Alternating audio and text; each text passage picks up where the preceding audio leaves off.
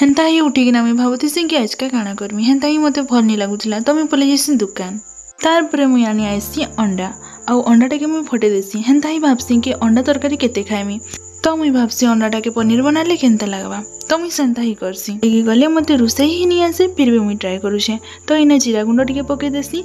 तार बाद इने जहा मसला देबा कथा मुई दे देसी जीरा गुंड हला जहा जहा जहा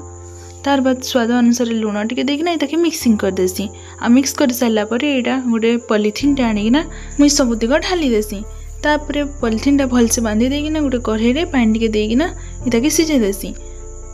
आउ देख तापरे लुण टिके भी दे देसी आ ढांकी देसी भल भाबे सिझी गला पर इताके उतरेकिना आनी आइसी आ फिस फिस किना काटी देसी जेंता कि पनीर काटसन आ पनीर लेखे ही देखुछे ना तार परे इताके मुई तेल कढ़ई रे तेल टिके देकिना इताके मुई छांकी देसी और छांकी सारिकिना आरो इताके एखन मुई अंडा पनीर तरकारी बनामी आ तार लागि बोले मुई प्याज और टमाटो काटी देथिसी न तापरे आलू भी तार रेडी हे जेथि तार बाद इने मुई पुटना देकिना प्याज के दे देसी आ इने मुई मसला टिके दे देसी आलू ने तार पर इताके ढांकी देसी